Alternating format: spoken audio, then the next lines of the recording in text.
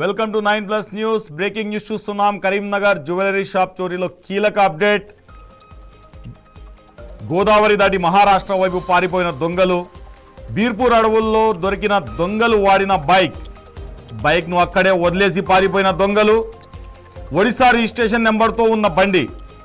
బీర్పూర్ ధర్మపురి రూట్లో సీసీ కెమెరాల పరిశీలన. బీర్పూర్ అటవీ గ్రామాల్లో పరారీకి యత్నం. దొంగల ముఠా బీర్పూర్ కలమడుగు ఏరియాలో అనుమానం. జగిత్యాల అటవీ ప్రాంతంలో 200 మంది బలగాల మోహరింపు.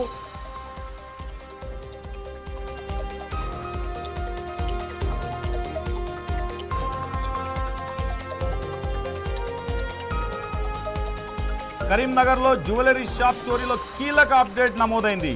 పిఎంజే జ్యువెలరీ దోపిడీ కేసులో ఇప్పటి వరకు దొంగలు దొరకలేదు. కానీ ఆ 5గురు ఎవరైతే దొంగలు ఉన్నారో ఆ 5గురు దొంగల కోసం 200 మంది పోలీసులు వెతుకుతున్నారు. దొంగలు ఉపయోగించిన పల్సర్ బైక్ను జగిత్యాల జిల్లా ధర్మపురి గోదావరి పుష్కర ఘాట్లో గుర్తించిన పోలీసులు, బైక్ను అక్కడ వదిలేసిన దొంగలు, అలాగే బీర్పూర్ ధర్మపురి రూట్లో సీసీ కెమెరాలు పోలీసులు అయితే పరిశీలిస్తున్నారు. సో దీనికి సంబంధించి మరిన్ని అప్డేట్స్ మా కరీంనగర్ రిపోర్టర్ సుధాకర్ అందిస్తారు. ఫోన్ ఇన్ లో సుధాకర్, చెప్పండి. కరీంనగర్ పిఎంజే జ్యువెలరీ దోపిడీ చేసిన 5గురు దొంగల ఆచూకీ తెలిసిందా? Thank you Syed. కరీంనగర్ లో జరిగిన జ్యువెలరీ సంబంధించిన దొంగలు ఈ రోజు ఉదయం వారి యొక్క బైక్ ను కూడా ఇక్కడ మధ్యలో వదిలేసిపోవడం జరిగింది.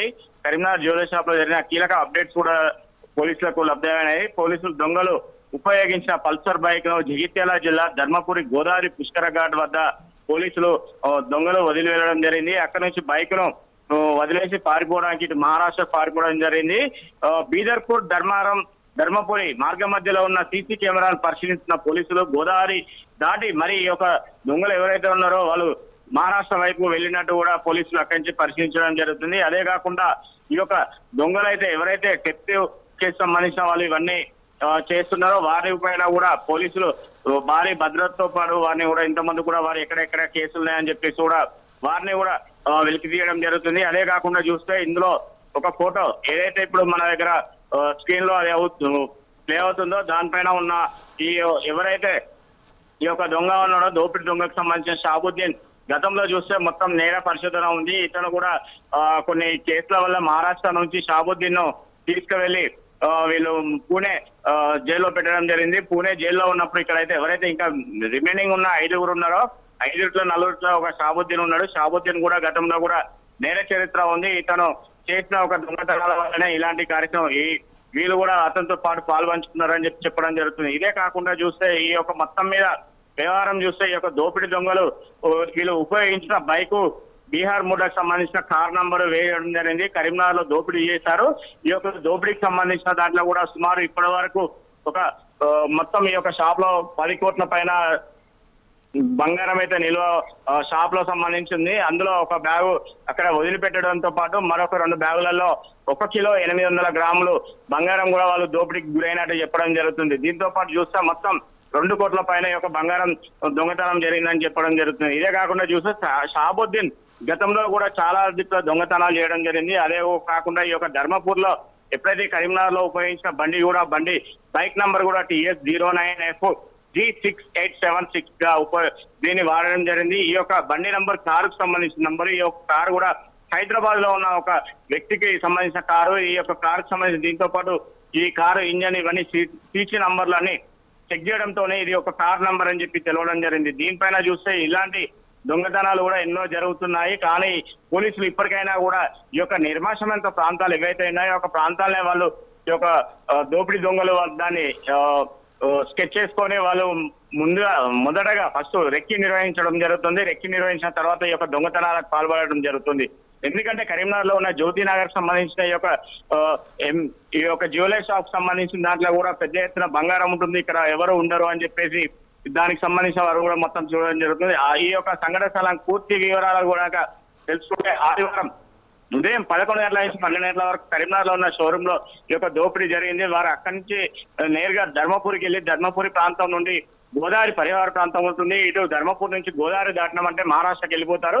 మహారాష్ట్రకి వెళ్ళిపోయిన తర్వాత వారు వివిధ ప్రాంతాలకు కూడా పోయే అవకాశం ఉంటుందని చెప్పేసి పోలీసులు కూడా మొత్తం దాన్ని చూడడం జరుగుతుంది. అదే కాకుండా చూస్తే ఈ యొక్క ప్రాంతం ఉండడంతో పాటు ఇప్పుడు చీకటి పడిన తర్వాత కూడా గోదావరి నది మీద నడుచుకుంటూ దుండపల్లి అడవి ప్రాంతానికి చేరుకున్నారా లేక మరో వాహనాల్లో వెళ్ళిపోయారనే అనే దానిపైన కూడా పోలీసులు విచారణ చేపట్టడం జరుగుతుంది. ఎందుకంటే ఇక్కడ 2 బైకులు వాళ్ళు ఉపయోగించారు, ఒక బైక్ ఇక్కడ పడేసి వెళ్లారు, ఇంకో బైక్ ఎక్కడ ఉంది దానిపైన కూడా విచారణ చేపట్టడం జరుగుతుంది. ఈ యొక్క పోలీసులు కూడా గతంలో చూస్తే ఈ యొక్క షాబుద్దీన్ అనే ఒక నేరస్తుడు కూడా చాలా శక్తి కేసులలో కూడా ఇటు తెలంగాణ గానీ ఆంధ్రప్రదేశ్ లో గానీ ఎన్నో కేసులలో కూడా ప్రధాన ముద్దాయిగా ఉండడం జరిగింది. దీంతో పాటు అతనితో ఇంకా 4 ఎవరైతే ఉన్నారో వారి కూడా సుధాకర్ ఇప్పుడు దొంగలు మహారాష్ట్ర వైపు పారిపోయారంటున్నారు కదా, సో ఏపీ పోలీసులు ఏమైనా మహారాష్ట్ర పోలీసుల సహకారంతో ఆ దొంగలను గాలింపు చర్యలు ఏమైనా చేపట్టారు అక్కడ? తెలంగాణ పోలీసులు ఇప్పటివరకు అయితే ఇటు మహారాష్ట్రకు సంబంధించిన ఎవరైతే ఈ నిందితుడు షాబుద్దీన్ ఉన్నాడో అతనితో పాటు మహారాష్ట్ర పోలీసులు సహాయ సహకారాలతో పాటు ఇప్పుడు షాబుద్దీన్ డీటెయిల్స్ తెలియడం జరిగింది. షాబుద్దీన్ ఒక ఆచూకీ కనుక్కుంటే మిగతా ఎవరైతే రిమైనింగ్ 4 ఉన్నారో వారిది కూడా డీటెయిల్స్ వచ్చే అవకాశాలు కూడా ఉన్నాయి. కరీంనగర్ సిపి కూడా ఇది 1-2 days లో ఈ యొక్క కేసును ఛేదిస్తామని చెప్పేసి వాళ్ళు కూడా ఛాలెంజ్ గా తీసుకొని చెప్పడం జరుగుతుంది. ఎందుకంటే ఈ యొక్క కేసు పైన ఎందుకంటే గతంలో ఎన్నో లేని విధానంగా ఉదయం ఒక సినిమా పక్కీలాగా మొత్తం షాప్ లో కట్టి షాప్ లో ఉన్న వారైతే ఎవరైతే ఉన్నారో వారిపైన కూడా కాల్పులు జరిపి వాళ్ళని విచిత్ర రహితంగా మైండ్ హ్యాండింగ్ కూడా చేయడం జరిగింది. దాంతో పాటు అక్కడ ఉండడంతో పాటు వాళ్ళు కూడా చాలా వరకు ఆవేదన గురయ్యడం, కొంతమంది కూడా పరిస్థితి కూడా సీరియస్ ఉందనుకున్నాం, కానీ ఇప్పుడు వారు కూడా క్షేమంగా ఉన్నారు, ఎవరికి ఎలాంటి ప్రాణహాని కూడా లేదని చెప్పడం జరుగుతుంది. ఇదే కాకుండా చూస్తే ఇప్పుడు తెలంగాణ ఆంధ్రప్రదేశ్ మహారాష్ట్రకు సంబంధించిన 3 రాష్ట్రాలకు సంబంధించిన పోలీసులు కనుక ఈ యొక్క కేసును ఛేదించడానికి వారి యొక్క సహాయ సహకారాలు కూడా తెలంగాణ పోలీసులు కూడా తీసుకున్నారని చెప్తున్నారు. సుధాకర్ ఇప్పుడు ఇంత పట్టపగలే ఈ స్థాయిలో చోరీకి యత్నించారంటే వీళ్ళ వెనకాల ఏదైనా మాఫియా ఉందని అనుకోవచ్చా? సయ్యద్ ఈ యొక్క మాఫియా అంటే ఎవరు ఉన్నారు ఏంది అని ఇప్పుడైతే మనం ఏం చెప్పలేని పరిస్థితి. ఎందుకంటే సయ్యద్ అనే వ్యక్తికి నేర పరిశోధన చూస్తే అతని పైన చాలా థెఫ్ట్ కేసులు మొత్తం ఇలాంటి దొంగతనాల కేసులు ఉన్నాయి. అతను నిరంతరం ఒక నేరస్తుడుగానే ఉండడం జరుగుతుంది. అతను చాలా వరకు చాలా ప్రాంతాలలో కూడా తెలంగాణ ఆంధ్రప్రదేశ్ ఇటు మహారాష్ట్ర కాకుండా వివిధ రాష్ట్రాల్లో కూడా చాలా వరకు అతని పైన నేరాపరాలు కూడా తెలియడం జరుగుతుంది. ఎందుకంటే ఇతను ఫస్ట్ ఇక్కడ మహారాష్ట్ర అరెస్ట్ అయ్యి మహారాష్ట్ర నుంచి అతన్ని పూణే జైలుకు పంపించడం జరిగింది.